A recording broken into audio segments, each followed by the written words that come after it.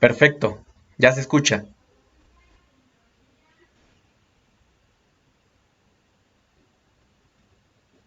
Ahora sí se escucha, ¿verdad?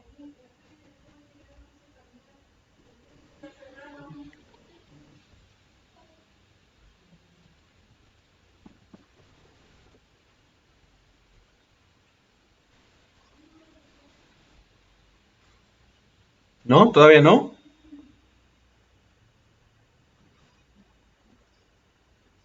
Ok, a ver. em, ya, perfecto. Muy bien. Perdón, fue un error de mi parte. Me dicen que ya se escucha, me están diciendo que ya.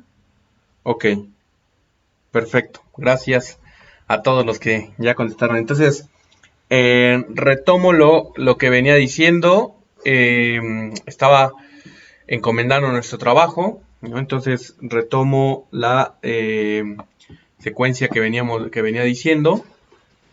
Entonces, en nombre del Padre, del Hijo y del Espíritu Santo. Amén. Ven, dulce huésped del alma, descanso de nuestro esfuerzo, tregua en el duro trabajo, brisa en las horas de fuego, gozo que enjuga las lágrimas y reconforta en los duelos. Entra hasta el fondo del alma, divina luz, y enriquecenos. Mira el vacío del hombre, si tú le faltas por dentro, mira el poder del pecado cuando no envías tu aliento. Riega la tierra en sequía, sana el corazón enfermo, lava las manchas, infunde calor de vida en el hielo. Doma el espíritu indómito, guía al que tuerce el sendero. Reparte tus 7 dones según la fe de tus siervos. Por tu bondad y tu gracia, dale al esfuerzo su mérito. Salva al que busca salvarse, y danos tu gozo eterno. Amén.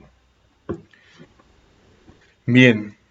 Eh, repito lo que decía en el momento en que no se escuchaba, ¿no? Primero que nada agradezco a cada uno de ustedes por estar acá, agradezco por darle continuidad a este trabajo, especialmente reitero mi agradecimiento al Padre Flavio, que fue el que me invitó para este curso, a Rosario, pero quiero extender mi agradecimiento a cada uno de ustedes que de una u otra forma se han comunicado conmigo, me han hecho llegar algunos de sus trabajos. No les he contestado porque hoy me dediqué a contestar justamente los correos del colegio, que fueron más de 100 correos. Entonces me llevó toda la mañana, pero los que ya lo enviaron sepan que ya me llegó. En estos días les contesto de recibido. Es para mí un gusto, es un honor estar aquí con ustedes, retomar nuestro trabajo de estudio, ¿no? Ya en la fase final de nuestro curso de antropología. Aquí en pantalla coloco el libro que podría considerarse como la base de esta parte, de este cierre. Por el cierre no me refiero solamente a hoy, sino con las sesiones, la siguiente sesión, que es la que falta, que es otro libro de Juan Luis Ruiz de la Peña. Yo ya se los había comentado en la última sesión presencial que tuvimos, pero de una vez aquí lo coloco. Aquí están los datos por si alguno de ustedes quisiera tomarlos, si quisiera tenerlo en cuenta. Aquí lo va a encontrar.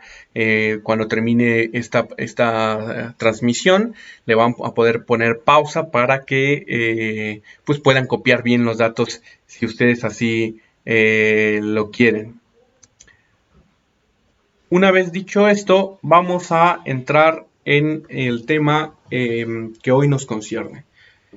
Ya hemos estudiado sobre lo fundamental que es ser imagen y semejanza de Dios.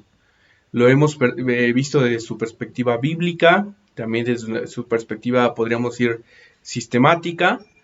En donde lo fundamental ha sido, por una parte, el entendernos como seres en disposición, seres en donación. Detrás de todo esto, para poder entender lo que es ser imagen de Dios, pues es fundamental que entendamos quién es Dios, ¿no? Y la perspectiva en la que nos basamos, pues no es nuestra perspectiva, sino la de Jesús, que es nuestra piedra angular, que es nuestro centro, que es nuestro fundamento. En ese sentido, es que aparte de estudiar o mirar al hombre como imagen de Dios, y más bien en aras de profundizar sobre esta concepción, hemos visto también a nosotros como seres libres, nos hemos extendido bastante en el tema, que es un atributo que considero fundamental de la antropología teológica. También nos hemos concentrado en hablar del ser humano como un ser consciente, ¿no? Y hoy nos toca hablar de la fragilidad humana, del pecado. Muchos de ustedes están, hago una pausa antes de continuar, muchos de ustedes están ya colocando comentarios en el chat en vivo. Por el momento no puedo atender los comentarios y la presentación, entonces al final recuerdo que habrá un espacio propio para las preguntas, que yo recomiendo que en el momento que les surjan la escriban en el chat, y hasta el final de la sesión habrá un espacio de al menos media hora para poder abordar y profundizar en cada una de estas interrogantes que les vaya surgiendo. Saben que para mí son valiosísimas sus aportaciones, entonces los animo a que no se queden callados, los animo a que nos compartan sus inquietudes. Recuerden que yo considero que las preguntas son esenciales y fundamentales para poder profundizar en una cuestión, por lo cual cualquier pregunta concerniente al tema será de mucho aprecio para mí y creo que de un enriquecimiento para todos nosotros. En este tema, o como introducción a lo que veremos hoy, hay que decir que hasta el momento veníamos hablando de manera muy positiva del ser humano. Veníamos hablando del ser humano como una criatura imagen y semejanza de Dios, lo cual ya nos habla del lugar particular que en la perspectiva cristiana tiene el hombre, la mujer. Sin embargo, también hay que decir que no podemos tener un curso de antropología teológica completa si no abordamos también de aquella limitación propia de nuestra naturaleza. Es decir, el ser humano no solamente es luz, el ser humano no solamente es no solamente es algo bueno, sino que el ser humano tiene una capacidad, por su naturaleza frágil, por su naturaleza de barro, es propenso a equivocarse. De esto profundizaré más hacia el final. Solo quiero decir que no puede haber un curso de antropología teológica completo si no se toca la oscuridad también en nuestra realidad humana. Que hay que decirlo de una vez. Desde una perspectiva muy poco teológica, desde una perspectiva muy experiencial, esto es algo notorio. Esto es algo evidente. No sería algo, podríamos decir, novedoso. Incluso tal vez en ocasiones pareciera ser el absoluto que caracteriza la realidad humana, la maldad. Más allá de esto, es que desde la perspectiva bíblica y desde la perspectiva cristiana, se marca que el ser humano es un ser de barro, que es un ser frágil, y lo cual se nos aparece con bastante evidencia fácilmente, ¿no? Solo basta recordar pues algunos de nuestros errores más recientes. Solo basta recordar en el momento en que hemos explotado en algún momento de este confinamiento que hemos tenido por una nimiedad. Solo basta recordar en el aspecto físico la vez que nos hemos pinchado con una aguja, ¿no? O que nos han pellizcado. La limitación, la fragilidad es algo palpable, es algo que no podemos negar, es algo de sumo evidente. Por eso es bastante, ¿cómo decirlo? Me viene a la mente la palabra ridículo, y lo voy a decir así, es bastante ridículo aquel que se siente lo máximo en el sentido de que no tiene errores, no tiene limitaciones, que es superior a todo lo habido y por haber. Es ridículo. ¿Por qué es ridículo? Porque es evidente, es una cuestión de la experiencia cotidiana el palpar nuestra propia limitación, el palpar nuestra miseria. Ahora bien, no se trata, y no quiero abordarlo así, no quiero que se considere que va por ahí el punto, como en algunas perspectivas teológicas, el absolutizar la maldad en el hombre. ¿Qué significa esto? decir que absolutamente el hombre es malo, que el hombre en sí es malo, o el hombre en sí no es bueno, sino lo contrario, si no es malo. No se trata de irnos a decir todo lo que es humano es carnal y entonces por lo tanto es malo, ¿no? Y hay que deshacerse de la humanidad.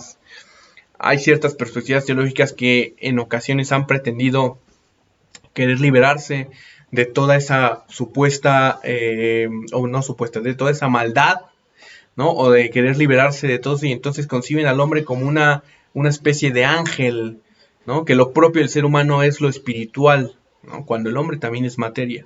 Y la materia, al ser un elemento de la creación, es también buena, ¿no? Pero entonces, no se trata de absolutar la realidad humana, sino solo de asumir, de mirar, de en este momento poner la atención en nuestra limitación, en nuestra fragilidad. Y esto lo hacemos a través del poner el ojo en el pecado.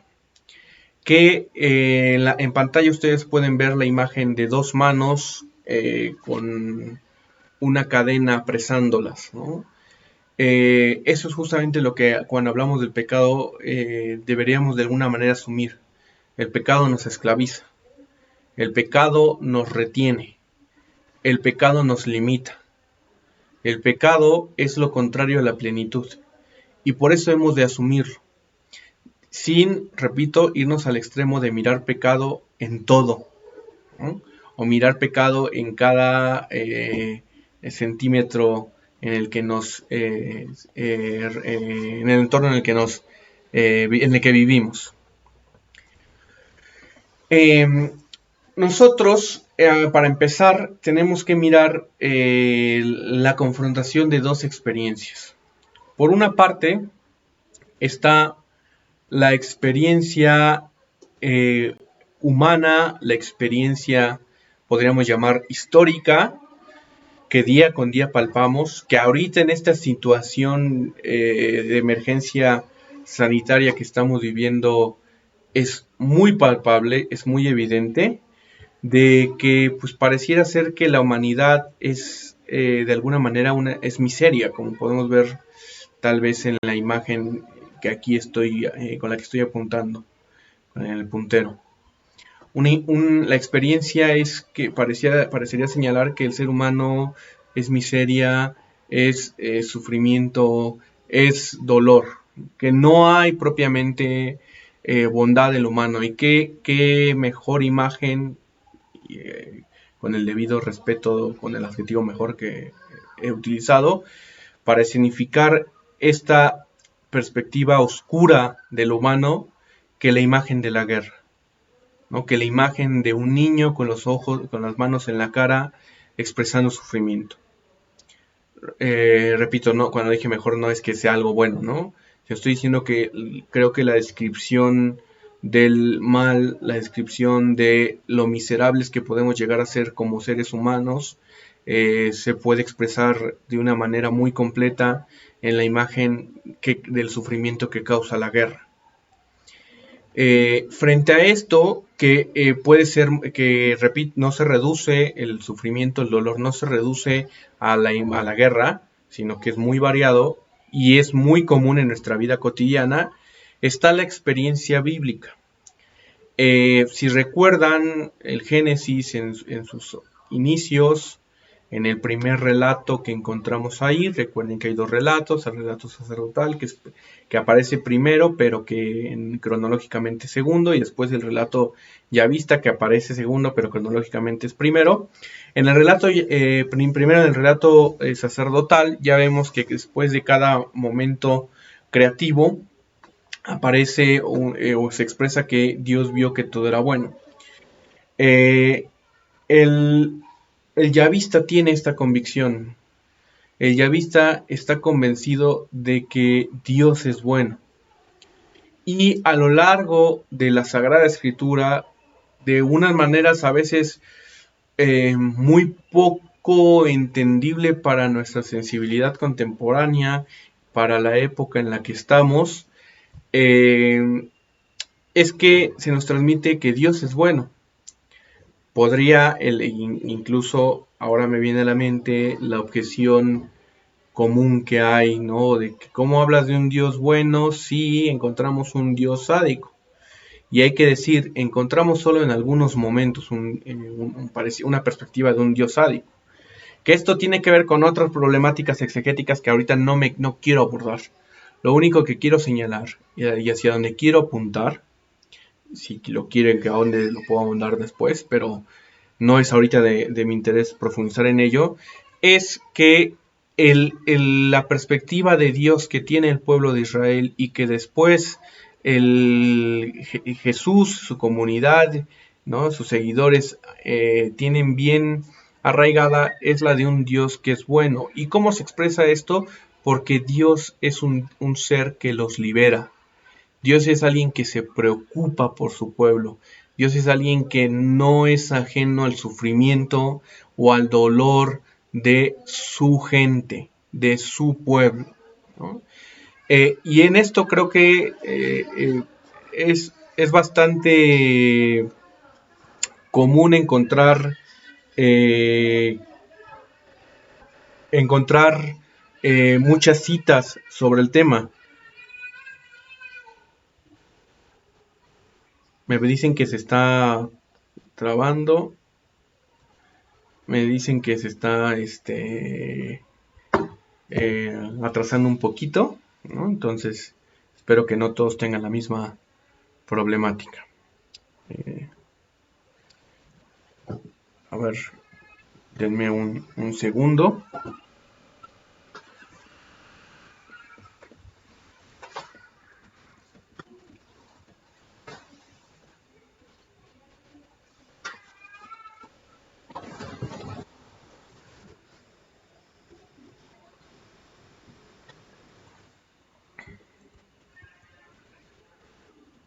Bueno, continuemos.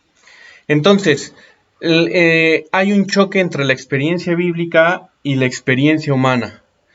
En la experiencia bíblica es de bondad absoluta, la experiencia humana es que la maldad está a la orden del día. La maldad es cotidiana. Esto está muy arraigado no solamente desde la perspectiva bíblica, sino también desde la teología que en el ámbito latino ha predominado en nuestros entornos, que es la teología agustiniana, ¿no?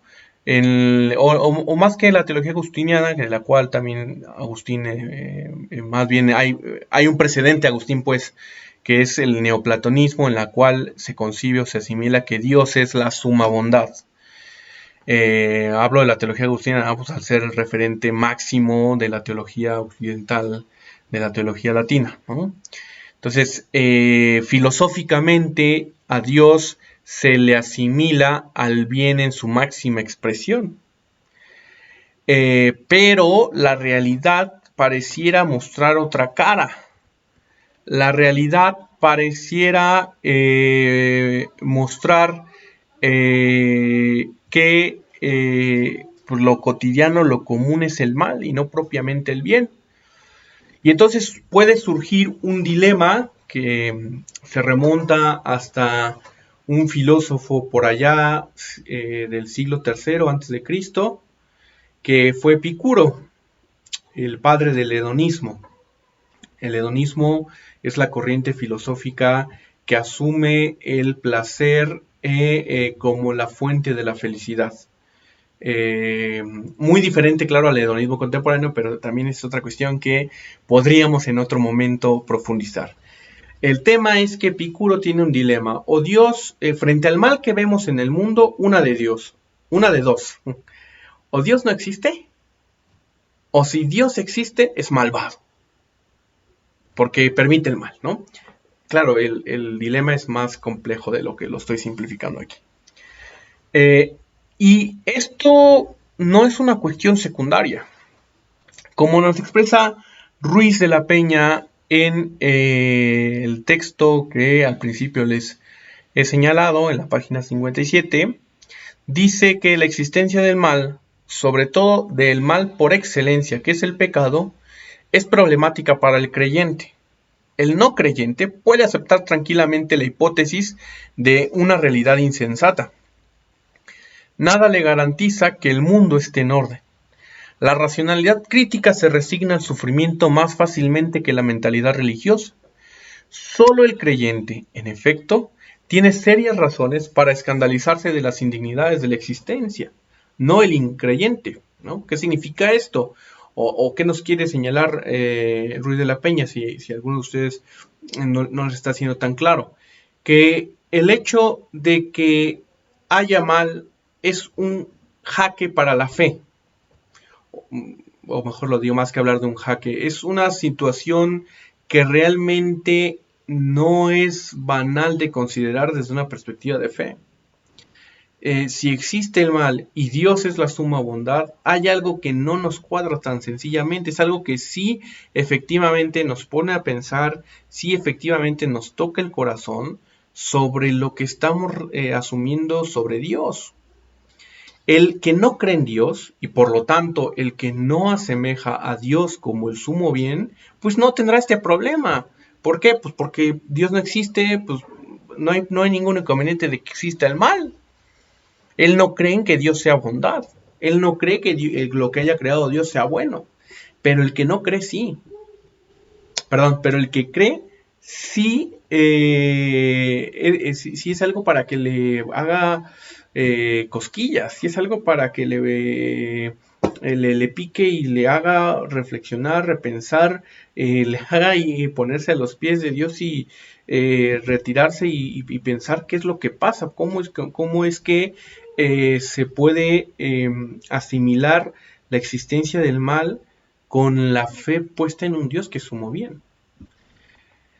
Sí, dice, me viene a la mente, no puedo dejar de pensar en Dostoyevsky, en los hermanos Karamazov, cuando expresa que si Dios no existe, todo está permitido.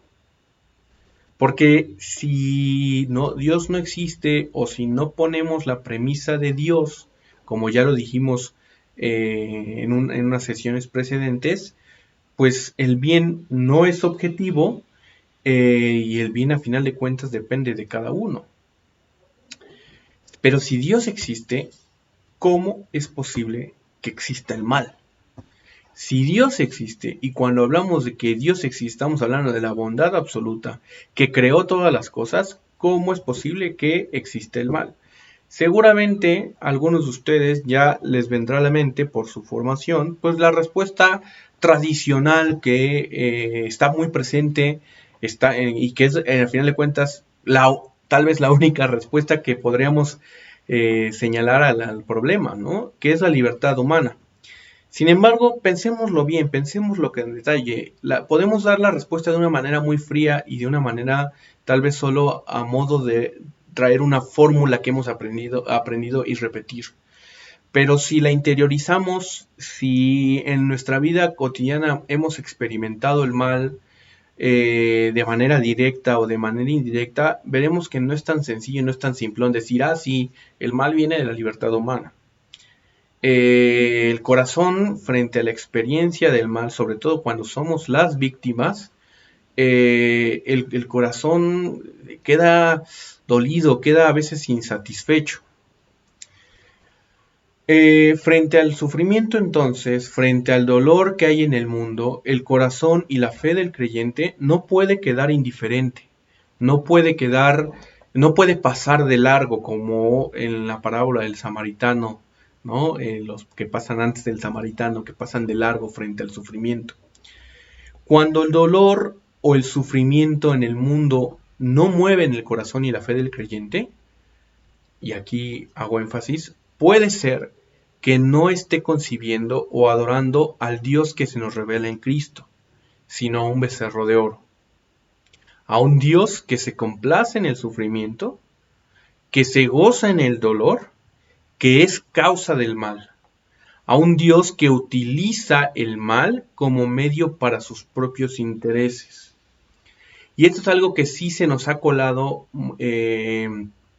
a veces en nuestras perspectivas teológicas, que asumir el mal como algo querido por Dios para nuestra salvación. Y hay que decirlo, si Dios quiere el mal para nuestra salvación, entonces Dios es causa del mal. Y esto es algo que desde la perspectiva de Jesús no nos debería dejar tan tranquilos. Repito, si nos deja tranquilos el mal que hay en el mundo, si el mal que hay en el mundo no nos mueve el tapete, hay que repensar cuál es la base. Hay que reflexionar y voltear a ver cuál es el fundamento de la fe que tenemos. Si es el Dios que se nos revela en Cristo o es alguno de los becerros de oro que se nos han colado en la teología a lo largo de la historia. Hacer un becerro de oro es muy sencillo y les aseguro que todos aquí en algún momento de la historia lo hemos hecho. ¿A qué nos referimos con un becerro de oro? Pues a un ídolo, a una imagen de Dios que no es la imagen de Dios, a una imagen que representa a lo mejor algunos intereses, algunas comodidades, pero no la imagen que nos presenta Jesús que movió tantos corazones.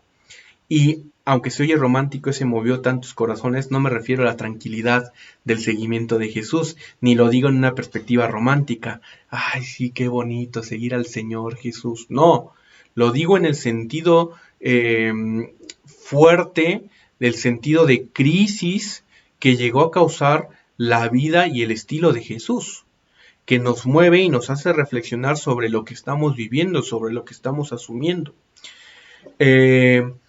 Entonces, el Dios de Jesús no es un Dios que se complace en el sufrimiento. No es un Dios que se goza y que pide que vayas de rodillas o que des sangre porque la sangre le satisface. Ese es más bien un Dios vampiresco. Ese es más bien un Dios que se relaciona, una imagen de Dios que tiene que ver más con nuestros traumas que propiamente con la imagen de Dios. Y es cierto, en nuestra teología se nos ha colgado incluso desde las primeras comunidades a veces el ver el acontecimiento de Jesús como algo querido por el Padre. La cruz de Jesús como si Dios hubiera mandado a su Hijo realmente a ser masacrado, a ser asesinado. Se nos olvida que más bien la cruz es el precio de la libertad, como lo hemos señalado en las clases precedentes cuando hemos justamente hablado del tema. Continúo. Me dicen algunos de ustedes que el fallo seguramente será más bien por el ancho de banda que tienen cada uno, ¿no?, de ustedes. En la Sagrada Escritura vamos a ver la experiencia del pueblo de Israel, sobre todo en el Antiguo Testamento, y vamos a ver que allí es algo que a mí me fascina, que no nos presentan un ideal angelical del ser humano. Hasta las grandes figuras, hasta los grandes patriarcas, hasta los personajes más justos se equivocan. Hasta los personajes más importantes, más relevantes, manifiestan su miserable condición, si se me permite expresarlo de esa manera. La experiencia de Israel está clara. La experiencia de Israel es que es limitado, que Israel no las puede todas por sí mismo. Y cuando se olvida de esto es cuando vemos la entrada del mal, que de eso hablaremos en un momento.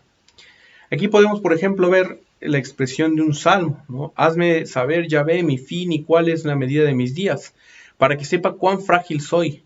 Retira tu mirada para que respire antes de que me vaya y ya no exista más. El salmista tiene claro su condición, pero también tiene claro que por esa misma condición a veces se le olvida y a veces se puede elevar más de lo que realmente es. El pueblo de Israel nos presenta un realismo sobre la precaria existencia humana. Sabe que su propia realidad es insuficiente. Sabe o conoce, tiene experiencia de la capacidad destructiva de su propia naturaleza. Y así lo expresa en su literatura. Entonces, como les decía, la Biblia no nos presenta al ser humano como un ser desencarnado, libre de pasiones, libre de toda la carnalidad, un ser celestial. No nos presenta un ser lejos del mundo material, sino todo lo contrario. Nos presenta hombres y mujeres de carne y hueso, que como tú, como yo, se equivocan, que constantemente la riegan, que sí están convocados a una gran misión, están llamados a una, pero a veces pueden resistirse, pero a veces pueden equivocarse y de la manera más vil que podría haber. Entonces hay que decir que la imagen del ser humano como un ente espiritualizado, la imagen de que el ser humano es solamente el alma, que esto es propio de Platón, no viene de la experiencia bíblica, viene de otra parte, viene de otra perspectiva. Esto nos lleva entonces a ver que, y a mirar y asumir que Dios no es el responsable del mal.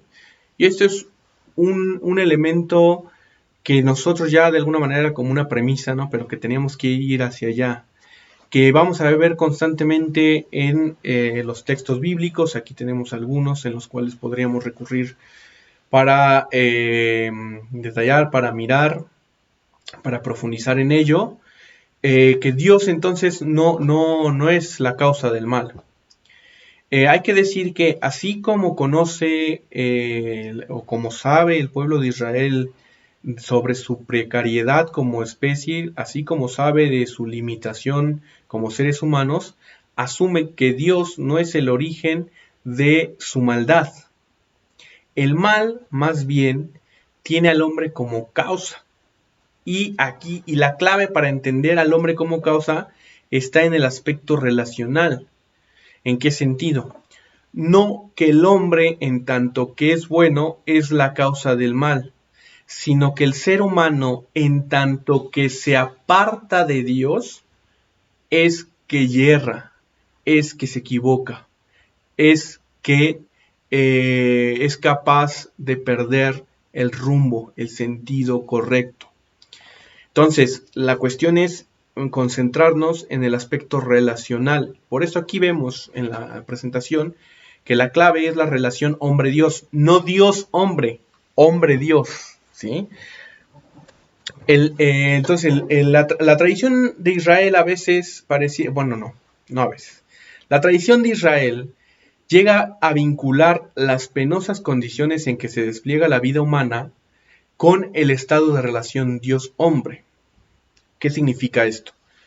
Que si a ti te está yendo mal o si tú naciste en una condición precaria, físicamente, económicamente, socialmente, es porque tú de alguna manera estás alejado con Dios, ¿no? Y en ocasiones, a veces así, algunos aspectos de la tradición lo llegaron a exacerbar. Ahora, aquí también es importante que discutamos, que reflexionemos sobre qué significa eso de la relación hombre-Dios, a qué nos referimos. Y de una vez lo saco a colación y quiero que se vea con énfasis y con suma expresión que la relación hombre-Dios no se reduce, repito la palabra, no se reduce, lo cual no significa que no tenga que ver con, pero no se reduce a la relación cultural del hombre con Dios. ¿Qué significa esto? Que cuando hablamos de la relación hombre-Dios, no estamos hablando de que si el hombre cumple o no con los ritos. Aunque en la tradición religiosa, no solo de Israel, sino en general en las tradiciones religiosas, a veces se ha reducido o se ha señalado o se ha pensado que el aspecto de la relación de nosotros con Dios se reduce a la liturgia, se reduce a la oración, se reduce a los rezos, se reduce al aspecto cultural. No, la relación con Dios va más allá del aspecto ritual, del aspecto litúrgico, del aspecto cultural. Y esto es lo que hemos estado trabajando durante toda la primera parte del curso de antropología, donde hemos señalado justamente el aspecto de ver al prójimo como la expresión de Dios, y que por eso el prójimo tiene tanta importancia para mí, o debería tener tanta importancia para mí. ¿Por qué? Porque en el prójimo, en el otro, es donde me encuentro con Dios, ¿no? Y esto es un aspecto fundamental de Jesús, de la predicación de Jesús, de la revelación que se nos da en Jesús. La relación con Dios no se da principalmente en el templo, ni en el culto ritual, sino en la misericordia, sino en la caridad, sino en la donación. Entonces, cuando hablamos de que el hombre deja de relacionarse con Dios o se aleja de Dios, estamos hablando no solamente ni reduciendo al aspecto litúrgico, cultural, ritual, sino estamos principalmente pensando en la donación, en la entrega, en la caridad. Y cuando nosotros vemos truncados esa relación con Dios, entonces lo que vamos a ver es justamente que entra el mal. Lo que vamos a ver es entonces una vida en la que el otro pues no va a tener realmente un valor para mí, aunque yo diga que amo a Dios sobre todas las cosas. Otra forma de decirlo.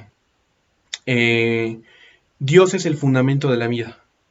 Y poner a Dios como fundamento de la vida significa, metafóricamente, asumir su propia perspectiva de la realidad, mirar con sus propios ojos.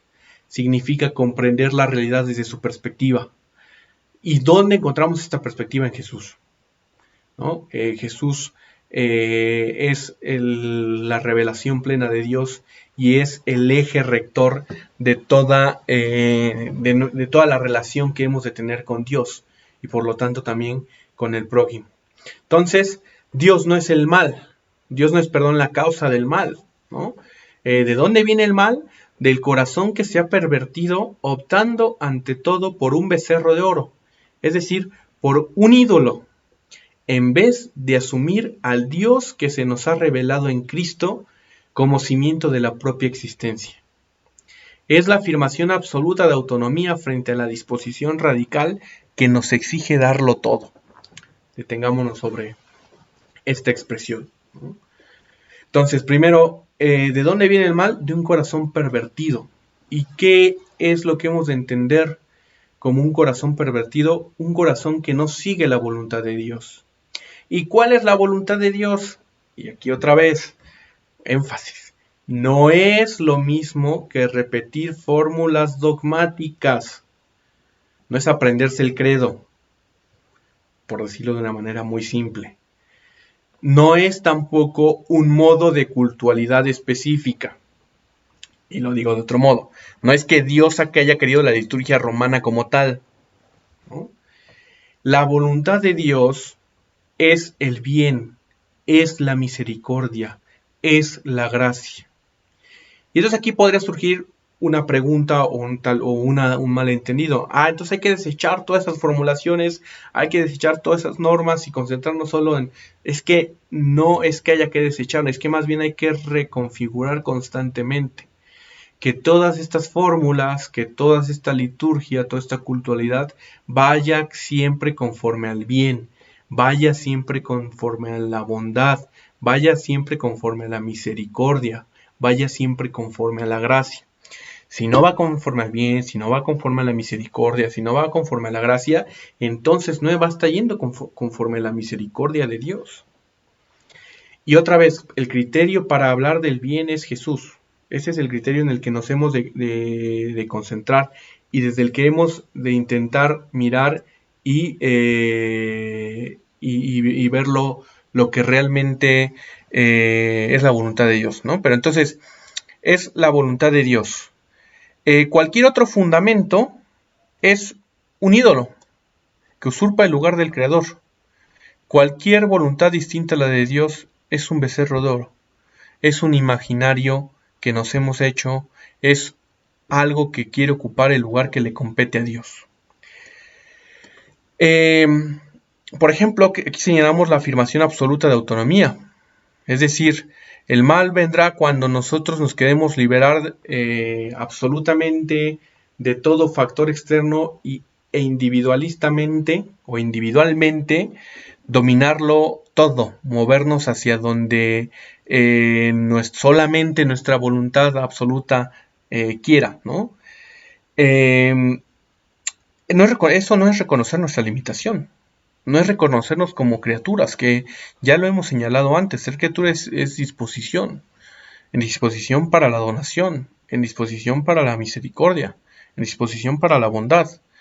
Entonces, hay que decir que podemos caer nosotros, y el mal viene de ahí cuando nosotros queremos anteponernos siempre frente a la voluntad divina, frente a la voluntad que exige la disposición, la entrega de la propia vida, ¿no? Ahora, ¿esto significa que no haya crítica, que no haya reflexión, que no haya cierta autonomía? No. Lo que estoy señalando es el extremo de querer no tener autonomía. Lo que estoy señalando es el extremo de querer hacerlo todo solo y yo por mí, por mí, por mí. Claro que la crítica es necesaria, sobre todo en tanto que las instituciones en su sentido comunitario y también en su sentido individual tal vez se están desviando del bien, se están desviando de la voluntad de Dios. Jesús no deja de ser crítico y tal vez por eso, o no tal vez por eso, más bien ese es uno de los elementos por los cuales lo deciden llevar justamente a la cruz, ¿no? Entonces, el asunto es que el mal viene del querer anteponernos de manera absoluta frente a Dios. El mal viene de cuando nuestro corazón se olvida de su fuente, se olvida de aquello que de su origen, se olvida de su sentido. Podemos voltear a ver entonces Génesis 3:5, donde se nos dice lo siguiente: Dios sabe muy bien que cuando ustedes coman de ese árbol se les abrirán los ojos y serán como dioses, conocedores del bien y del mal. La promesa que le hace la serpiente a Adán y a Eva, ¿no? Y Ruiz de la Peña dice lo siguiente sobre este extracto, sobre este fragmento del Génesis: es pues una auténtica opción fundamental la que está sobre el tapete. El hombre está dotado por su propia condición nativa de una pulsión irreprimible hacia el ser, la vida y el poder, el conocimiento práctico operativo. Siendo como es, limitado, propende por naturaleza a trascender su limitación, a vivir siempre, a conocer, o sea, a poder todo. Aspira en suma a ser humano en la forma consumada de lo divino. Lo que está por decidir es cómo lograr este objetivo, bien como recepción de un don gratuito que se acoge en obediencia, bien como conquista propia y promoción autónoma. ¿Se reconocerá el hombre limitado y por ende solo divinizable por la gracia, o ensayará su endiosamiento por naturaleza, esto es, merced a su propia virtud? ¿Qué es lo que está señalando? Es que cuando se habla de justamente de señalar del ser como Dios es, se nos está para empezar marcando un engaño. ¿Por qué? Porque es que la realidad es que nosotros somos seres humanos. Nosotros no somos dioses. Claro, por la gracia, por gracia, hemos sido hechos a imagen y semejanza de Dios. Pero no es que esta imagen y semejanza de Dios sea fruto de nuestro mérito, sea fruto de nuestra virtud. Siempre va a ser fruto de la gracia. Entonces, el engaño de la divinización que se nos presenta es que se le presenta la idea, se nos presenta la idea de que es algo que tiene que ver con nuestro ser, que tiene que ver con nuestra acción en última instancia de manera radical. O sea, que el hombre puede por sus propios medios lograr a emular a Dios. El hombre puede ser por sus propios medios quien puede ocupar el lugar de Dios. ¿Y por qué o de dónde viene esto? Pues hay que decir lo que viene de nuestra fragilidad. O sea, justo la fragilidad de nosotros, paradójicamente, es la que nos hace querernos volcar por la seguridad absoluta. Nuestra fragilidad es la que nos hace querer volcarnos hacia el ser, el poder, el tener.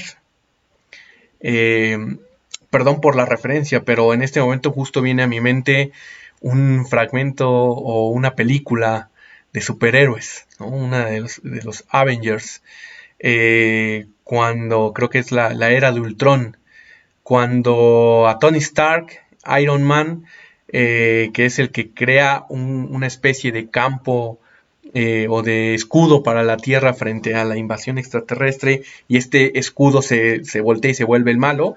Pero cuando le preguntan o le cuestionan de por qué hizo eso, él señala que después de la experiencia que había tenido de fragilidad cuando hubo una invasión extraterrestre, es que él no podía dormir y tenía que diseñar algo para protegerse, para proteger a la Tierra, ¿no? Repito, es tal vez una referencia muy banal, pero justo la fragilidad es para ejemplificar el hecho de que justo nuestra limitación, justo nuestra fragilidad es la que nos hace volcarnos radicalmente hacia el querer la seguridad, hacia el ser, hacia el poder, hacia el tener. La limitación, la fragilidad es algo de lo cual queremos deshacernos radicalmente, ¿no? Por eso incluso a veces cuesta trabajo asumir la idea de un Dios que muere, de un Dios débil, de un Dios que acompaña a los más pequeños, a los excluidos, a los miserables, ¿no? Y entonces optamos más por la figura del Dios todopoderoso, omnipotente, ¿no? En vez del Dios que se nos revela en Jesús. Un Dios que va con aquellos que no tenían derecho, ¿no? O no eran los dignos. Y esto por eso era escandaloso el actuar de Jesús. ¿Cómo él podría decirse hijo de Dios? ¿Cómo podría esto si estaba con la escoria de la sociedad? ¿Y quién era él para perdonar el pecado? ¿No? Y entonces el asunto es, bueno, ¿cómo llegar o cómo nos encaminamos hacia este Dios? Y hasta este ser imagen y semejanza, como un asunto de don, como un asunto de conquista. Ambas posturas son diametralmente opuestas. Profundizaremos justamente de esto en la sesión que hablaremos sobre la gracia, ¿no? Entonces, el acento sobre la propia virtud, sobre la propia capacidad, sobre la propia autosuficiencia, es la que nos presenta justamente esta tentación, ¿no? El querer ser como Dios porque yo puedo, porque yo no necesito a nadie más, porque yo las puedo todas, ¿no? Y a veces podría ser que se nos ha mezclado nuestra espiritualidad. Continuando, reflexionando sobre esta fragilidad, sobre la falta, sobre el pecado, me remito a el Catecismo de la Iglesia, en dos numerales. El primero, 1849, que es muy bello. A mí en lo particular es un numeral que cuando toco el tema me gusta, o cuando más bien, perdón, me toca hablar de este tema, creo que es fundamental sobre todo para luchar con la enseñanza habitual que se nos ha transmitido, ¿no? Cuando hablamos del pecado, tal vez lo primero que se nos ha dicho es que es una ofensa a Dios, que es una falta a Dios. El Catecismo primero nos dice que el pecado es una falta contra la razón, la verdad, la conciencia recta. Es faltar al amor verdadero para con Dios y para con el prójimo, a causa de un apego perverso a ciertos bienes. Hiere la naturaleza del hombre y atenta contra la solidaridad humana. A mí me gusta mucho porque no pone primero el acento en que es una falta a Dios, ¿no? Primero nos habla que es una falta contra la razón, es una falta contra la verdad, es una falta contra la conciencia recta.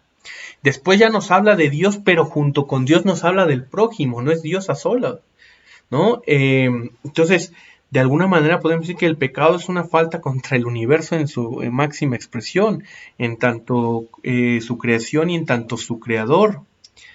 Nos dice que es una falta al amor, y esto es lo peor que podemos hacer. ¿Por qué? Porque en el amor nos planificamos. Porque, como diría San Pablo, sin el amor nada somos. Entonces, faltar al amor es prácticamente darnos un balazo en el pie. Faltar al amor es un atentado contra nuestra realidad, es un atentado contra nuestra plenitud. Por eso se dice que es una herida a sí mismo, una herida a nosotros, ¿no? Aunque a veces no parece tal. A veces parece ser como algo que nos planifica, ¿no? Pero no confundamos el bien momentáneo o el bien aparente con el bien auténtico. De esto ya también hemos hablado en sesiones precedentes. Es una herida a nosotros porque desfigura nuestra naturaleza, que es ser imagen y semejanza de Dios. Y claro que cuando que el acento comunitario no puede faltar, hiere a toda la humanidad, porque el individualismo absoluto no es más que una ilusión, ¿no? El acento comunitario está presente en el pueblo de Israel, está presente en Jesús, en su predicación y en su grupo de seguidores. No puede no estar presente en nosotros. La comunidad es fundamental porque la comunidad es donde se expresa el amor. Y entonces, no solamente cuando pecamos, aunque nadie se entere, aunque sea un asunto que solamente mi conciencia, ¿no?, esté presente en mi conciencia y en Dios, es un atentado contra la humanidad en general, ¿no? Y en tanto que siga, no solamente yo, sino que otros pequen, pues se está atentando contra nosotros. Por eso es que no podemos ser indiferentes, no podemos quedarnos callados frente al mal estructural, frente al pecado estructural. No solamente al pecado individual, sino también al pecado estructural, ¿no? Porque a veces podemos ser muy buenos en señalar el pecado individual, ¿no? O en señalar pecadores, pero no en señalar el pecado estructural, que muchas veces nos da ciertas comodidades. Solo puede concebirse como una falta a Dios, ¿no?, el pecado como una falta a Dios, en tanto que primero es un querer usurpar su lugar, que es el asunto de la caída, que se nos relata en la caída, ¿no? Es una falta contra Dios porque queremos ser como Dios es, eliminándolo del camino, haciéndolo a un lado, ¿no? Queremos, en este sentido, es la segundo, es una falta con Dios porque queremos, en tanto que lo cometemos, es que queremos quedarnos con lo suyo, que pretendemos nuestro, como el hijo pródigo que va con su padre y le dice, dame lo que me toca, ¿no? Prácticamente es pensar que lo que es del padre es suyo.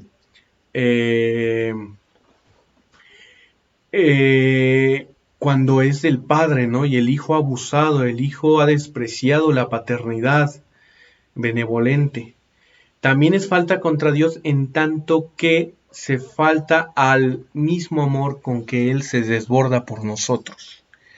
El mismo amor que le ha llevado a crearnos, le ha llevado a perdonarnos, le ha llevado a estar con nosotros todos los días, hasta el fin de los tiempos, ¿no? Por eso bien dice San Agustín que el pecado es amor de sí hasta el desprecio de Dios. Es amor de sí despreciando todo lo que hay de por medio y hasta llegar hasta Dios. El pecado es una entronización del ego, es ponerme yo y siempre yo ante todo y en todo momento. Por eso es que el mismo catecismo expresa que la causa del pecado es un apego perverso, un apego desordenado a los bienes, a ciertos bienes. Es no enfrentarse a la realidad como deberíamos, no tomar lo real en su preciso lugar. A mí me encanta, ya les he hablado de él, un teólogo moralista, Gaspar Mora, que en un texto que se llama La vida cristiana, señala que lo que hace Jesús es no poner de cabeza todo, sino poner más bien todo en su lugar. Que lo que viene a hacer Jesús es justamente a reconfigurar conforme al proyecto divino.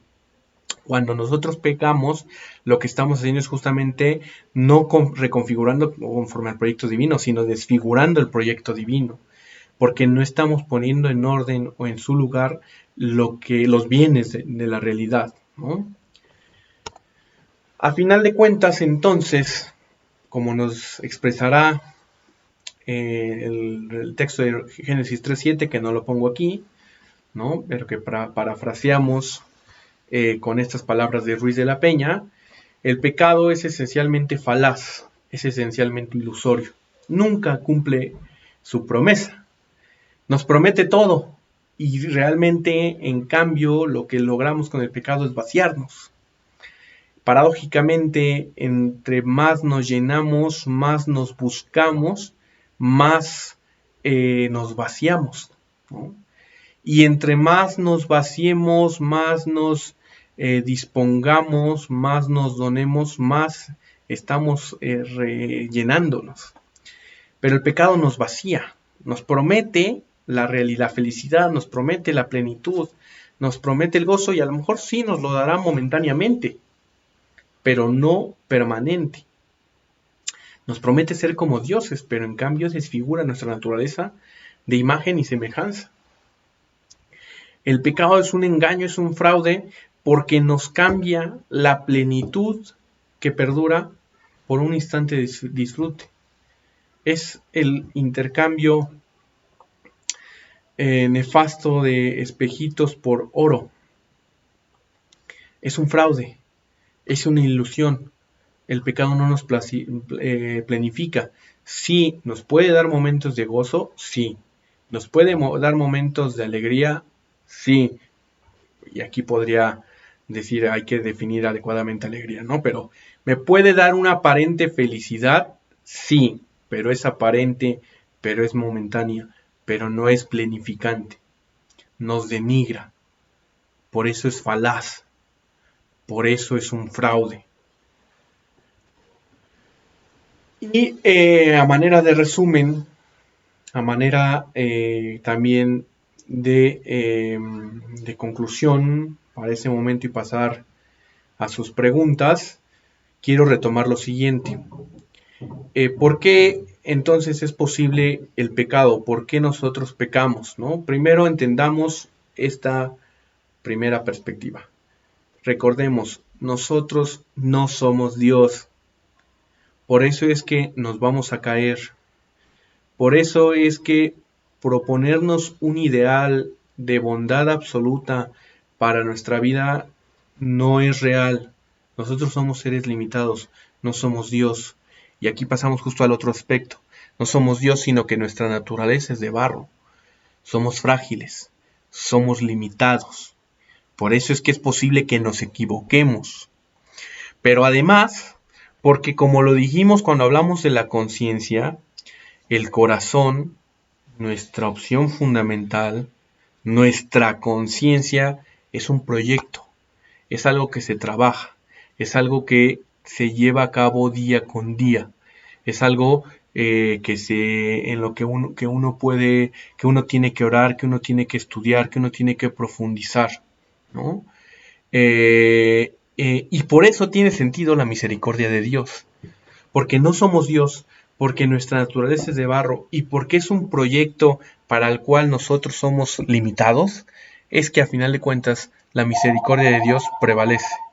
La misericordia de Dios se hace presente. La misericordia de Dios tiene en última instancia la última palabra. Bien, pues ahora sí quiero que pasemos a la otra parte, la parte de las preguntas. He visto que ahí han puesto algunos de ustedes ya sus preguntas. Doy un momentito para que algunos de ustedes puedan poner alguna otra pregunta.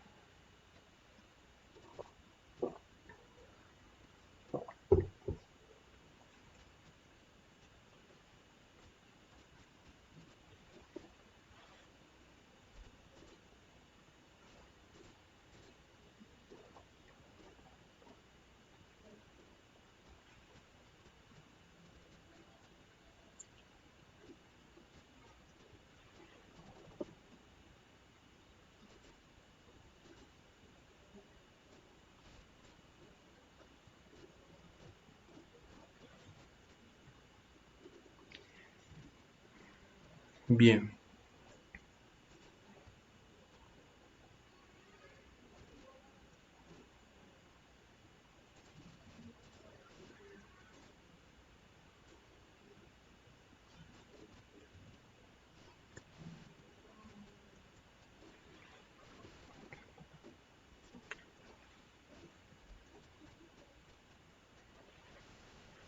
Bien, ya vi que me pusieron algunas aquí de las preguntas. Voy hacia arriba. Recuerden que no hay como tal un receso. Es el momentito. Si alguno quiere puede traer su cafecito, ¿no? Y vamos con las preguntas. A ver. Ah, a ver, estoy buscando. Eh, por ahí Francisco dice que se le extraña a todos. Sí, yo también extraño a todos y cada uno de ustedes, ¿no? Eh, Todo bien, sin problema, puede ser. Creo, dice Jorge Moreno, el texto bíblico nos dice creo, pero aumenta mi fe de en tu bondad, pero ayúdame a entender el para qué de la ausencia del bien. Eso sería caer en el voluntarismo, lo cual elimina la libertad humana. Eh, a ver, primero, el entender la ausencia del bien. Bueno, es algo, miren, a final de cuentas, digo, ahorita hemos dado como algunas respuestas sobre el mal o hemos intentado abordar la cuestión del mal, ¿no? Pero como esto y otras cosas, hay algo que desde la perspectiva teológica tenemos que tener claro. Una es que quienes lo estamos afrontando, me refiero a nosotros como estudiantes, ¿no? De teología, pero también me refiero a quienes, a las grandes mentes, que los grandes teólogos, ¿no? Que nos enseñan, que nos educan, como Ruiz de la Peña. Es que primero tenemos que entender que pues, somos limitados, que habrá cosas que por más que reflexionemos, por más que pensamos, siempre nuestra razón será insuficiente. Y en este sentido, creo que el tema del mal también es uno de esos elementos. Recuerdo alguna vez con un padre, ¿no? Que comentaba que siempre decía que el final de los tiempos, en el juicio se iba a poner muy sabroso todo, porque nos íbamos a enterar de todas las cosas que no habíamos podido comprender en vida. Perdón. Y justo es la hora del que viene, ¿no? Sí, es cierto, nuestra capacidad intelectual a final de cuentas es algo que puede dar respuestas, puede orientar, puede llevarnos, pero hay que reconocer que somos frágiles y que somos limitados, ¿no? Por eso no hay que pensar que tenemos la última palabra respecto a eso. En el voluntarismo, sí, siempre y cuando se esté eliminando, o sea, podríamos caer en voluntarismo solo cuando se elimine la voluntad humana. Y en el curso de antropología teológica en ningún momento hemos ido para anular la voluntad humana. Lo que, y tal vez no ha quedado tan claro, y qué bueno que sale el tema, de lo que se trata es justamente de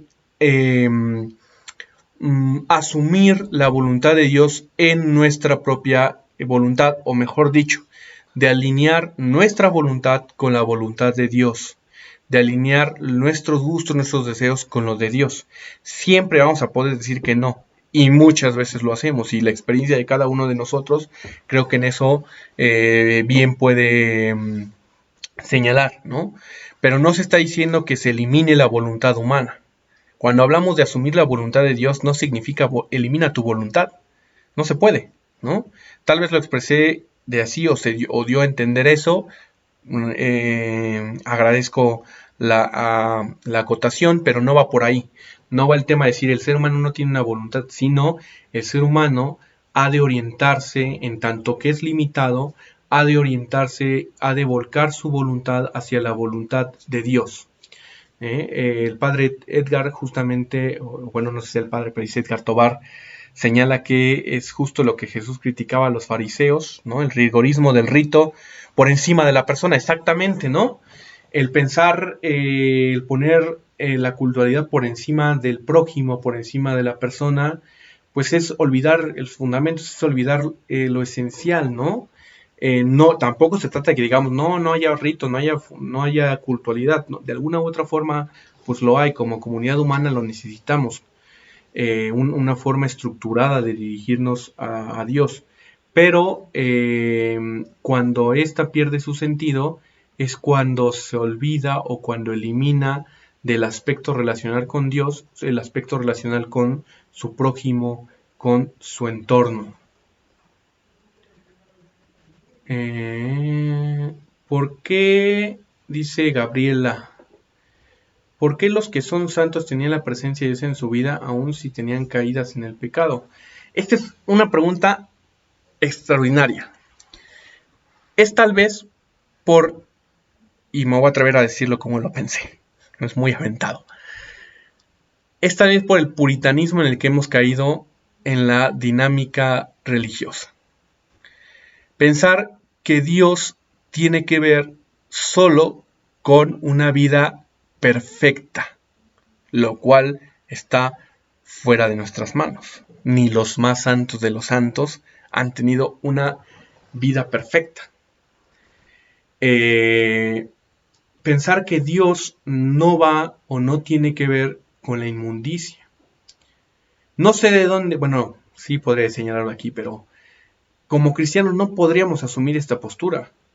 Jesús, el mismo verbo de Dios, va con los leprosos, va con rescata a la adúltera, va con las prostitutas, con los publicanos. No significa esto que Dios justifique una vida en pecado.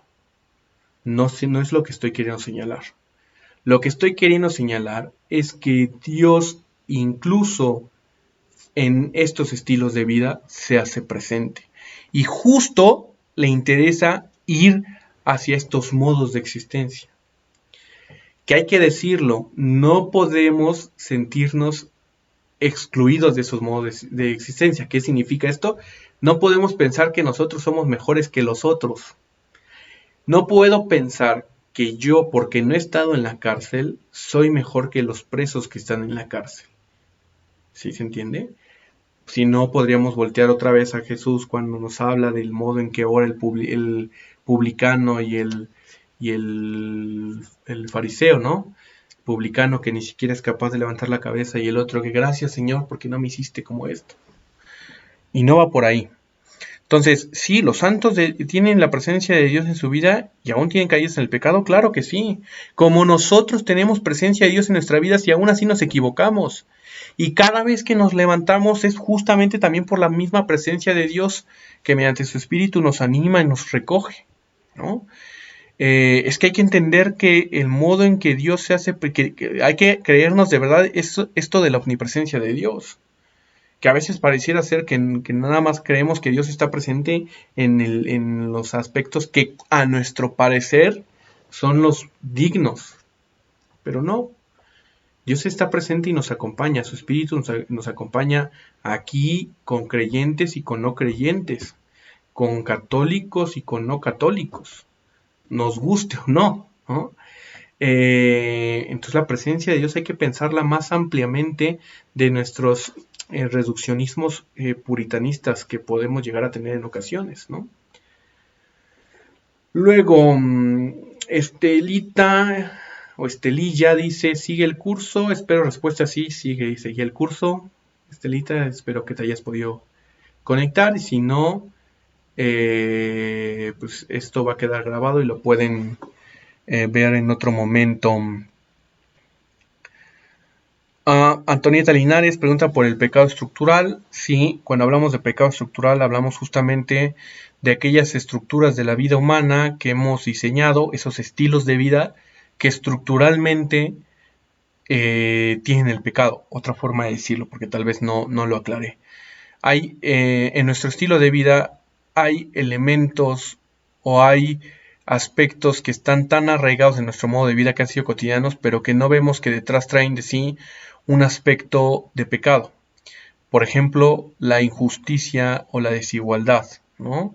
Decir, ay, es que el pobre es pobre porque quiere, ¿no? Cuando es un asunto estructural, ¿no? No es pobre porque quiere, ¿no? No es solamente un asunto, no es nada más un asunto de, ay, ya no quiero ser pobre y entonces ya no soy pobre, no va por ahí, hay toda una estructura. Entonces, cuando hablamos de pecado estructural, en la doctrina social de la Iglesia se refiere justamente a todos aquellos elementos que contribuyen a un estilo de vida en el que el pecado forma parte del día a día. Puedo pensar de una manera drástica, por ejemplo, en el narcotráfico, ¿no? O en en el narco, también que es un pecado estructural y que hay una estructura que sistematiza el pecado. Pero también hay otras estructuras que están más arraigadas en nosotros y que contribuyen a ello. ¿Qué es cultural? ¿Qué incluye? No entiendo ahí la pregunta. Entonces, si Estelilla puede reformularla. ¿Cómo es crítico Jesús? Ejemplo, ¿por qué? ¿Para qué? Jesús se la pasa tirándole pedradas a los fariseos. Toda la vida de Jesús, no solamente en su predicación, sino en su modo de vida, es una crítica a la institución religiosa de su época, a la institución política de su época. ¿Por qué? Pues porque no excluía al marginado como lo excluían. Que Jesús no respetara el sábado, no nada más por no respetarlo, no, sino porque más bien curaba en sábado, o mejor dicho, que Jesús hiciera el bien no respetando el sábado, es una fuerte crítica, entre otras cosas, ¿no? Jesús es un crítico de la institución religiosa. Jesús es un crítico de la institución política. ¿Por qué? Porque se la pasa no solamente predicando, repito, sino viviendo un estilo que era contrario a lo que se veía en la institución, a lo que se avalaba como lo común, a lo que se avalaba como lo que debía de ser. Clau Ortiz dice que podemos para no ser tan frágiles. Pues no podemos hacer nada, Clau, ¿no? La fragilidad es parte de nuestra vida. Claro que podemos trabajar y perfeccionarnos y vivir la virtud en la medida de lo que podamos, ¿no? Pero no podemos no puede haber un punto de que digamos, ya soy el máximo virtuoso y entonces la fragilidad está fuera de mi vida. No. La oración, la vida espiritual sólida, todo eso nos va a encaminar hacia la voluntad de Dios y va a ser más difícil o al menos más dramática las ocasiones en que fallemos, en que pequemos, ¿no? Pero como tal, liberarnos de la fragilidad no lo podemos hacer. Por eso cuando hablamos de la resurrección, cuando hablamos de la vida eterna, nos debe quedar claro que no es un asunto de propio esfuerzo, de propio mérito, sino en última instancia de gracia de Dios. Berna, lo del pecado estructural ya lo dije, si no ha quedado tan claro, con mucho gusto lo podemos profundizar. Jorge Cabrera, ¿cómo podemos entonces aspirar a ser templos del Espíritu Santo, trono de sabiduría sagrada de la divina presencia? Hace un momento creo que lo he dicho con lo que le he dicho a Clau, ¿no? Pues claro que orientarnos y vivirlo en constante discernimiento, en constante, hay que estar constantemente velando, ¿no? Atendiendo la realidad, vigilando para poder orientarnos en la medida de lo posible hacia el bien, pero tampoco es que podemos caer en la desesperación si en algún momento nos tropezamos, ¿no? En la desesperación absoluta me refiero, porque a final de cuentas, pues la fragilidad es parte de nuestra realidad. Y esta fragilidad solo es sanada por Dios, que en Jesús con su resurrección se nos ha sanado, pero todavía nosotros no ha llegado el momento en que logremos ver este asunto, no sé cómo decirlo, la salvación, ¿no? Más bien, perdón, me he cuatropiado. No ha llegado el momento, el culmen de la salvación que se nos ha dado en Cristo, que nos va a librar de esta fragilidad, que es a lo que le tiramos cuando hablamos de la resurrección. Por la gracia y su misericordia, no por esfuerzo alguno, sí, exactamente, por gracia y misericordia. ¿Qué significa esto? ¿Que no pongamos manos a la obra? No, no significa eso. Significa que nosotros, en la medida en que Dios se nos ha dado y que nos sentimos agradecidos y que palpamos su gracia, queremos responder mejor y queremos esforzarnos, pero debemos saber que en última instancia la última palabra no es nuestro mérito, no es nuestra virtud, sino la misericordia de Dios. Dice Georgina Olavarrieta, la mía más que una pregunta es una confirmación. Me comentó mi hija que llegaba, que estaba haciendo Nacho allí, confirmado, usted se parece a mi hijo Nacho. Saludos Georgina y saludos para Nacho. Luego, Estelita, voluntarismo sería eliminar la voluntad pues del ser humano, ¿no? De manera muy simplona. La cruz es libertad, dice Ivonne Nasta. ¿Podrías ampliar, por favor? La cruz es libertad, sí, en tanto que estamos hablando de cruz. La cruz es libertad en tanto que estamos hablando la donación. hasta el extremo. En tanto que estamos hablando de la generosidad, de la caridad llevada a su máxima expresión. La cruz es libertad en tanto que hemos sido capaces de liberarnos de todas nuestras comodidades, de todas nuestras,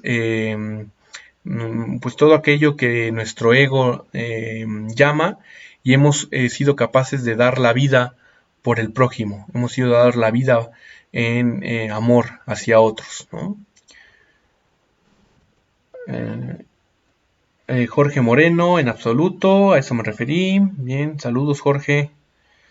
Luisa, el pecado generacional, es decir, que los padres caen en los hijos, para mí es el mal que se transmite de generación en generación, como señala el pecado de Adán y Eva. Uy, ese es todo un temazo y es toda una fuente de controversia, ¿no?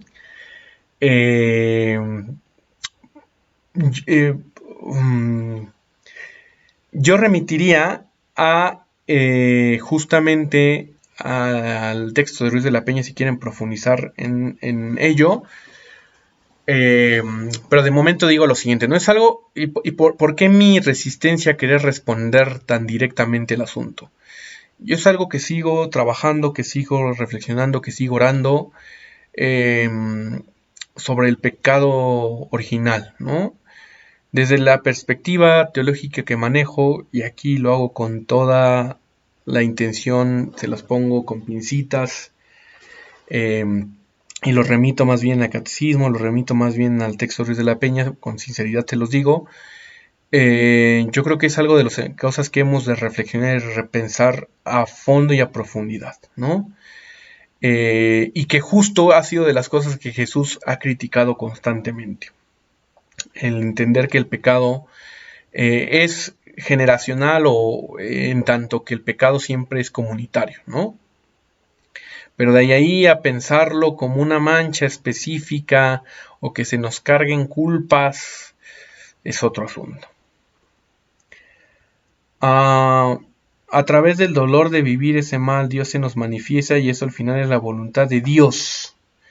A ver, el mal dice, bueno, primero perdón, Antonita Linares dice, el mal lo permite Dios incluso sobre sus hijos y santos. Sí, o sea, la respuesta fría y seca sí, ¿no? Pues sí, pero lo permite Dios en tanto que permite nuestra libertad, en tanto que no coarta nuestra libertad, nuestro libre albedrío. No tanto porque lo quiera. Antonita misma dice, a través del dolor de vivir ese mal, Dios se manifiesta, y eso al final es la voluntad de Dios. Dios se manifiesta siempre y en todo momento, no solo en los momentos de sufrimiento, no solo en los momentos de dolor. Dios siempre y en todo momento va con nosotros. Dios nos acompaña en los momentos de alegría, en los momentos de penas, en los momentos de sufrimiento y en los momentos de grandeza. Dios siempre y sin excepción está con nosotros. La voluntad de Dios nunca será el mal. La voluntad de Dios siempre es el bien en su plenitud. Es, en última instancia, diremos la resurrección. O lo podemos decir desde una perspectiva bíblica, ¿no? Que la voluntad de Dios es que todos los hombres se salven y lleven al conocimiento de Dios, de sí mismo, ¿no? Luego, Claudia Sámano. Hasta Jesús nos lo dice cuando nos enseñó a orar, hágase tu voluntad, así en la tierra como en el cielo, el amor de Dios presente en la tierra y en el cielo. Efectivamente, ¿no? Es de las enseñanzas bases que vamos a encontrar en Jesús y el Padre Nuestro. Qué mejor expresión que verlo en el Padre Nuestro, ¿no? El modo de orar por excelencia. Javier Lozano, tenemos que reconocer el pecado en cada uno para poder cambiarlo en nosotros. Para ser santo hay que evitar el pecado. Efectivamente, o sea, no, por eso es que en un curso de antropología teológica no podemos hablar solo del bien, del bien, del bien. Tenemos que ser capaces también de reconocer que nosotros hay una fragilidad que es la puerta a que nos equivoquemos, que es nuestra puerta a que nos hagamos daño, ¿no? Que es justamente lo que decimos con el pecado. Entonces, para ser santo no hay que eliminar el pecado, sino hay que estar en una constante batalla de levantarnos y cuando nos caigamos, ¿no? Antonieta Linares, entonces Dios se manifiesta en todo y en todos, pura gracia. ¿Sí? Dios se manifiesta en todos y en todos, efectivamente. En el Edén ya estaba el mal, la serpiente, por lo tanto Dios creó también el mal. No, a ver, hay que recordar que esto es un simbolismo. Ni la serpiente es el diablo como nos lo han pintado, no tiene nada que ver con el imaginario que en la Edad Media se hizo del diablo. Ni es que ni el significado del relato va por señalar que Dios es el creador del mal, no. Porque el autor yavista no está poniendo el mal en la serpiente, está señalando el mal, que la causa del mal es el hombre que asume la tentación, y esto es muy importante que lo asumamos, ¿no? El mal no está en el otro, está en la relación que tengo yo con Dios, que tenemos nosotros con Dios, ¿sí? Pero no es que la serpiente sea la figura del mal, no. Es el momento en que el hombre decide apartarse de la voluntad de Dios. Es el momento en que el hombre va contra un mandato divino, que como lo dijimos en su momento, es un mandato simplón. A cambio de tener todo el paraíso, solo le pide que no coma de uno de los árboles, del fruto de uno de los árboles, ¿no? No, Dios no creó el mal. Porque, y digo, aquí nos podemos poner más metafísicos y más fríos, ¿no? Y decir, como San Agustín y toda la metafísica creacionista, ¿no? Decir, efectivamente, el mal no es algo, sino es la ausencia del bien, ¿no? Entonces, no es que sea creado. Aleugu, supongo que se dice así, o al3ugu, solo como duda existencial al tema. Cuando un recién nacido sufre de alguna enfermedad o nace con limitación física, es que en su relación se apartó de Dios. Esta es justo la misma pregunta que le lanzaron a Jesús sobre el paralítico de nacimiento, ¿no? Sobre el ciego de nacimiento. ¿Quién pecó, él o sus padres? Y Jesús no señala que uno de los dos pecara. Él señala, o el texto nos dice, así ha nacido para que se vea la gloria de Dios. No significa que Dios le haya puesto el mal, ¿no? Y esto nos puede llevar a muchas discusiones, pero lo que quiero señalar es, no, si alguien nace con alguna enfermedad, con alguna limitación, no es que se haya equivocado su familia, no es que se haya equivocado él, es un recién nacido y apenas va a empezar a formar la conciencia. No podemos pensarlo. ¿Qué tenemos que responder? Yo respondería igual que Jesús, ha nacido así para que manifieste la gloria de Dios. Que desde mi perspectiva limitada es, no sé, ¿no? Pero la gloria de Dios se tiene que manifestar en esa criatura, como en cualquier otra criatura. Verónica Laura dice, ¿a qué se refiere con cultual? Cultual de culto, de tener un culto específico, como me refiero a la vida sacramental, en el caso nuestro, ¿no? De Yanira dice, hola Eduardo, ¿por qué en algún texto bíblico dice que Jesús se hizo pecado? Gracias, saludos. Es una expresión metafórica para señalar justo lo que San Pablo señala con el cántico famoso de que Cristo Jesús se hizo hombre, se anonadó a sí mismo, ¿no? Es una forma para señalar justamente que de ser Dios se hace hombre. Es una forma para señalar metafóricamente la limitación que asume Jesús en su vida. Dice, saludos también para ti de Yanira. Edgar Tobar, en torno a la cruz como libertad, Jesús lo expresa claramente en Juan 10:18, nadie me quita la vida, sino que la doy libremente, efectivamente, ¿no? Por ahí va el asunto. Berta Tanamachi, ¿en qué capítulo podemos releer el libro de Ruiz de la Peña? Pues esto lo podemos ver en la primera parte, no es un capítulo, sino que son los primeros 3 capítulos, los primeros 2 capítulos, que es la revelación del pecado en el Antiguo Testamento y el pecado en el horizonte de la salvación. Si quieren ahondar en el tema del pecado original, está el capítulo 4 de esa primera parte, ¿no? Si no tuvieran el texto en PDF, yo se lo mando en un momento a Rosario para que se los haga llegar. Luego, María Martín, hola, buenas tardes. Sobre la opinión de Ruiz de la Peña del pecado como algo generacional o heredado, ¿dónde lo podemos ocultar? Justo en el capítulo 4. También si quieren pueden consultar la historia de la doctrina del pecado original, que es el capítulo 3, ¿no? ¿En qué páginas en concreto? A ver, el capítulo 1, que es la revelación del pecado en el Antiguo Testamento, va de la página 47 a la 78. Y el capítulo 2, el pecado en el horizonte de la salvación en el Nuevo Testamento, va de la 79 a la 108. Para lo del pecado original, va de la 159 a la 206. Luego, para responder la pregunta relacionada con la enfermedad del recién nacido, hay que remitirnos a las ciencias diferentes a la teología. Efectivamente, Jorge, ¿no? O sea, desde una perspectiva teológica, uno se queda limitado. Desde una perspectiva teológica, pues no me queda más que callarme, ¿no? Y habría que voltear hacia otro horizonte. Georgina Olavarrieta, ¿Dios castiga? No, Dios no castiga, ¿no? Se nos ha colado mucho ese aspecto. En ocasiones concebir que Dios es un Dios castigador, no. Cuando hablamos del infierno, cuando hablamos del cielo, a veces tal vez se nos ha metido la concepción del cielo como un premio y el infierno como un regaño, como un castigo que Dios impone, pero no hemos de concebirlo así, porque a final de cuentas no es premio porque no tenemos mérito, es gracia. Y en el infierno, cuando hablamos, no es de que Dios envíe, sino es que uno ha decidido en vida orientar su existencia hacia la ausencia de Dios, hacia la separación de Dios, que es el infierno propiamente, ¿no? Que de manera popular lo hemos imaginado de muchos modos, pero a final de cuentas el infierno es la eternidad en frustración, ¿no? Pensemos el miedo, el temor que, por ejemplo, en estos días tal vez se nos ha hecho tan presente, multiplicado por la eternidad.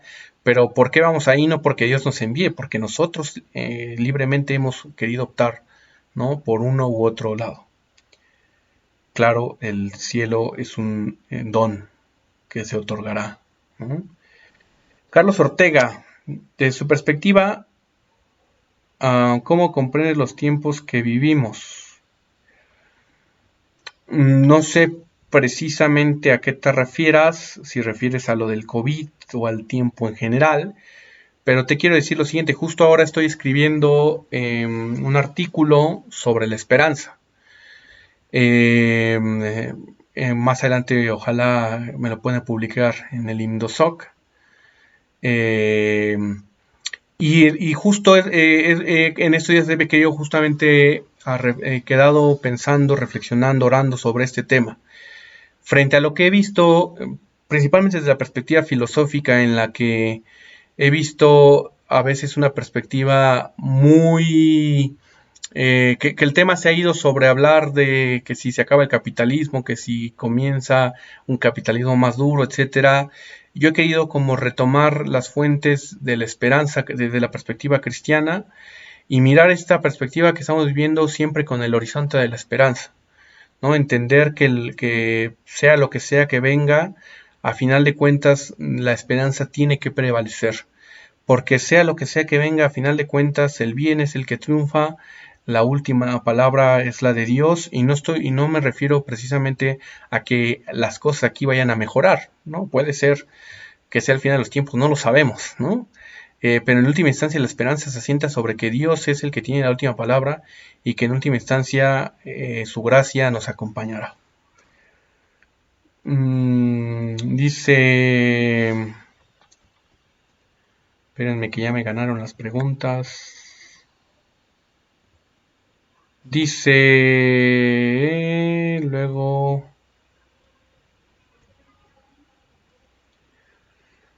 Berta Tanamachi o Tanamaki. Para volver a ver esta presentación sería el mismo link. Sí, gracias por tus saludos, Berta. Y aprovecho para decir que tu tarea sí ya es de las que recuerdo tu nombre que llegó ahí. Gabriela Torres, en relación al tema que nos dio, hoy podría dar alguna reflexión con la que estamos viendo actualmente con la pandemia de favor. Creo que lo que he dicho hace un momento va por ahí, ¿no? El tema de la esperanza es fundamental. También les puedo pasar un compendio de reflexiones teológicas que teólogos importantes de la época han hecho en estos días, también para que los puedan tener como referencia. Dios es infinitamente misericordioso y ahí no cabe el castigo, Claudia, efectivamente, y además no tanto que no quepa el castigo, sino que más bien va en el asunto de vivirnos nosotros bajo los rieles de nuestra voluntad, de nuestra libertad, ¿no? Va por ahí más bien el asunto. Entonces el diablo demonio no existe, nosotros somos parte del mal en nuestro deseo de endiosamiento. Yo aquí soy muy claro no lo quiero señalar. Si existe o no, creo que no es un asunto que nos deba interesar. Lo fundamental es la vida en Cristo y el centro de atención debe ser Cristo. Eso es lo esencial, eso es lo que nos debe concentrar. Todo aquello que nos distraiga de Cristo, que nos distraiga de orientarnos hacia la vida en Jesús, sí considérese diabólico. No entendiendo, o como lo quieran entender, pero entendiendo que lo importante y lo fundamental es Dios, lo importante y lo fundamental es Cristo, ¿no? Y vivir conforme a su palabra, vivir conforme a su voluntad, vivir conforme a su vida, configurar mi vida con la suya. Luego Adriana Carolina Caro se arrepintió del mensaje, después lo puso más abajo. Lilla dice Eclesiásticos 15, 14, 16 para el tema cielo-infierno. Luego Carlos Valeriano Godínez de Briseida. Entonces, esta situación no se puede entender como un acto iracundo de parte de Dios como se ha visto a través de la experiencia bíblica. Definitivamente no, para nada, ¿no? Como bien dijo Jorge hace un momento, más bien habrá que voltear a ver las ciencias, a ver qué nos dicen de dónde viene, pero no es que Dios no es que sea un acto iracundo de Dios, ¿no? Incluso yo me atrevería a señalar lo que se ha venido marcando de que más bien es un acto que causado por nosotros mismos, ¿no? Justo en estos días leí artículos que preguntando sobre los motivos de, ¿no? O buscando generar culpables. El punto es que nuestros estilos de vida están haciendo una serie de catástrofes ambientales que nos están llevando a situaciones que en otras épocas pues, no se veían, ¿no? Es un hecho, o bueno, no sé si sea un hecho, pero desde perspectiva científica se señala que el coronavirus surge en un contexto en el que el ser humano cada vez invade más la vida silvestre, que de ahí ese contacto es el que de alguna manera ha logrado o ha generado el que pasara de los animales a nosotros, ¿no? No es de parte de Dios. Dios nos acompaña, Dios está con nosotros, no es que Dios nos esté castigando. No lo vean así. Incluso, justo con esta perspectiva, yo invitaría ahorita a que leyeran el texto de José María Mardones, Matar a nuestros dioses. Por aquí tengo. Que también se los puedo mandar por PDF, se los mando en un momento con Rosario, ¿no? En el cual se nos habla de las diversas, nos ayuda, es un texto que nos ayuda como a reflexionar sobre el imaginario que hemos hecho de Dios y nos anima a pulir esos imaginarios, sobre todo el imaginario, por ejemplo, de un Dios castigador o de un Dios que le encanta los sacrificios, que le encanta la violencia, que le encanta la sangre. Es uno de los temas que aborda. Yo lo recomendaría totalmente en estos momentos, pero no. Luego, dice Caro, el pecado de pensamiento es el principio de la obra. Pero qué tan grave es en el contexto del plan divino, pues llevarlo a cabo, el plan divino implica más obras que solo el pensamiento, ¿no? Efectivamente, ¿no? O sea, no se compara infinitamente el querer hacerle daño a alguien, el pensar hacerle daño a alguien que hacérselo efectivamente. Tampoco es que digamos no es que sea pecado, ¿no? También hay que ver si es una pasión o si es un asunto que ya le ha dado uno vueltas, ¿no? Que son entre la pasión y el acto hay una gran distancia.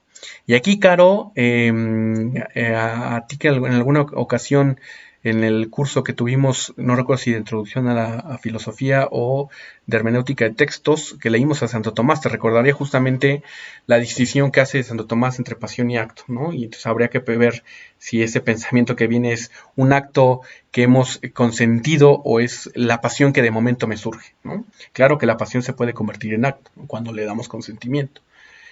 En el plan divino, también los pecados pueden ir en contra del plan divino, ¿no? Entonces, por eso es que habrá que estar constantemente velando, atendiendo, orando, reflexionando, estudiando, volcando la mirada hacia Dios, hacia su plan, hacia el Evangelio, ¿no? Y confrontando nuestra vida constantemente con el Evangelio para poder encaminarnos de la mejor manera posible con todas nuestras limitaciones hacia la voluntad de Dios.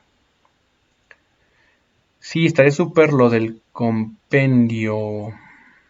Sí, se los mando. Adriana, Caro, es que el primero no se entendía muy bien. Ok, muy bien, Caro. Y Antonieta, sí, por favor. Bueno, pues viendo que ya no hay más preguntas, les agradezco a todos por su participación. Les agradezco a todos por su atención.